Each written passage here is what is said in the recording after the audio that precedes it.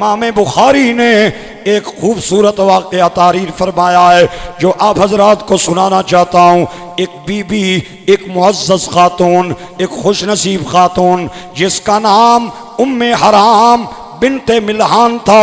ये वो खुश नसीब खातून है जो मेरे आका करीम की रिज़ाई खाला लगती हैं, रिज़ाई खाला लगती हैं। उम्मे हराम फरमाती हैं एक दिन सरकार मेरे घर में कैलूला करने आए और कितने बख्ता वाली जिदा दिल भर घर आ जावे वाह मुकद्दर उस धरती दे जिथे सोना पैर चपावे। सारी कायनात जिसके दर पे जाती है वो मुस्तफ़ा कैलूला करने के लिए। इमाम बुखारी फरमाते हैं उम्मे हराम अपनी रिज़ाई खाला के घर आप तशरीफ़ लाए। उम्मे हराम फरमाती हैं सरकार सोए हुए थे, तकिए पे आपका सर था, अचानक सोए सोए सरकार उठ के बैठ गए और उठ के बैठ के आपने मुस्कुराना शुरू कर दिया। आपने मुस्कुराना शुरू कर दिया। अगर मेरे घर में कोई बंदा ऐसे सोए सोए उठ के बैठ जाए और हंसने लग जाए, हम कहेंगे या तो इसे ख्वाब आया है, छोड़ दें कोई ख्वाब इसने देखा है और उठ के बैठ के हंसने लग गया है, और या हम समझेंगे इसका ज़हनी तवाज़ुन ठीक नहीं है जो बैठे बैठे हंसने लग जाता है। आओ मैं सुनाऊं नबी पाक की शान। सहाबा किराम का अकीदा था हमारा हंसना और है, नबी का हंसना और है, हमारा मुस्कुराना और है, नबी पाक का मुस्कुराना और है। उम्मे हराम हुजूर की रिज़ाई खाला हुजूर के पास आके खड़ी हो गई, हाथ जोड़ के कहने लगी मेरे माँ बाप कुर्बान जाए, आप क्यों मुस्कुरा रहे हैं? आप हजरात की खिदमत में मैं हुजूर का फरमान रखना चाहता हूँ। आपने फरमाया मेरी खाला, मैं सोया हुआ था, मैंने देखा कि फटे पुराने कपड़े वाले मेरे गुलाम इस्लाम का परचम लेके बहरी बेड़ों में बैठ के समंदर पार कब्रिस पे हमला करते हैं और उन्हें जाके इस्लाम की दावत देते हैं। उनके कलमे के इनकार पर उनके साथ घुमसान की लड़ाई करते हैं और घुमसान की लड़ाई के नतीजे में वो अपने ताज और तख्त, अपने मकान महल्लात, अपना माल और दौलत सब कुछ छोड़ के भाग जाते हैं। और ये फटे पुराने कपड़ों वाले उनके तख्तों पे बैठ के एक दूसरे को देख के मुस्कुरा रहे हैं। खाला अपने फटे पुराने कपड़े पहने वालों को जब मैंने तख्तों पे बैठ के मुस्कुराता देखा तो मोहम्मद ने भी मुस्कुराना शुरू कर दिया। नासुम, बुखारी के अल्फाज है, नासुम मिन उम्मती रकिबू फिल बहरी गुज़ातन फी सबीलिल्लाहि मुलूकन अलल अस्रा। मैंने एक जमात को देखा वो बहरी बेड़ों में बैठ के समंदर पार जाके उनके तख्तों पे काबिज हो गई और इस्लाम का परचम लहरा दिया, मेरी अजमत का परचम लहरा दिया। और उन्हें मुस्कुराता देख के मुस्तफ़ा ने भी मुस्कुराना शुरू कर दिया। आप जरा सुने अगली बात। खाला करीब आके कहती है सोने मुस्तफ़ा उदुल्लाह यजालनी मिनहुम, दुआ करें अल्लाह उनमें भी मेरा शुमार कर दे। सरकार ने गोरे गोरे हाथ उठाए, हाथ उठा के फिर ये तो नहीं हो सकता सरकार हाथ उठाए फिर कबूल ना हो। सरकार ने अपने हाथों को चेहरे पे मल लिया। इमाम बुखारी कहते हैं फवदा रअसहु फनाम, सरकार ने दोबारा सर रख लिया और दोबारा आप सो गए। दोबारा सोए, चंद मिनटों के बाद फिर आप उठ के बैठ गए और मुस्कुराना शुरू कर दिया। उम्मे हराम बिनते मिल्हान कहती हैं या नबी अल्लाह, दोबारा मुस्कुराने की वजह क्या है? बेदबी की माफ़ी चाहती हूँ।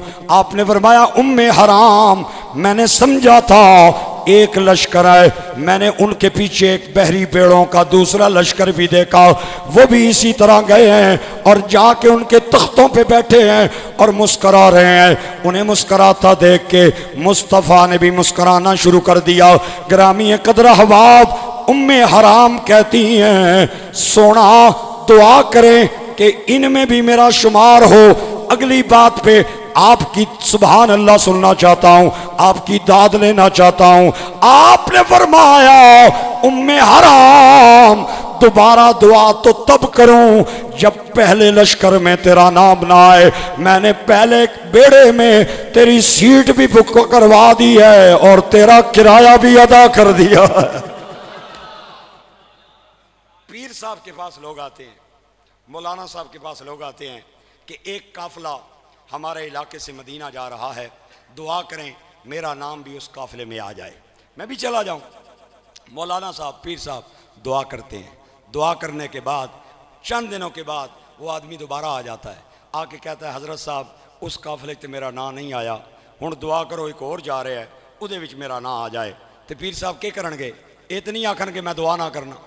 मौलवी साहब इतनी आखन कि मैं दुआ ना करदा, बल्कि हाथ उठा लेंगे और दुआ करेंगे कि चलो पहले काफिले में नहीं अगले काफिले में इसका नाम आ जाए। उम्मे हराम बिनते मिल्हान कहती हैं जब हुजूर ने दूसरी बार मुस्कराया, हुजूर दूसरी बार मुस्कराए तो मैंने आपको कहा हुजूर क्यों मुस्कराए? फरमाया मैंने समझा था एक काफिला है, एक दूसरा काफिला भी उनके पीछे पीछे जा रहा है। उम्मे हराम कहती हैं सोना दुआ करें मेरा नाम उनमें आ जाए। हुजूर ने, इमाम बुखारी कहते हैं फ़अबा रसूलुल्लाह सल्लल्लाहु अलैहि वसल्लम, हुजूर ने इनकार किया और फरमाया उम्मे हराम मैं दुआ तो तब करूँ ना कि पहले बेड़े विच तेरी सीट बुक ना होई होवे, पहले बेड़े में तेरी सीट भी बुक करवा दी है और तेरा किराया भी अदा कर दिया है। और फिर मज़े की बात, सरकार का विसाल हो गया।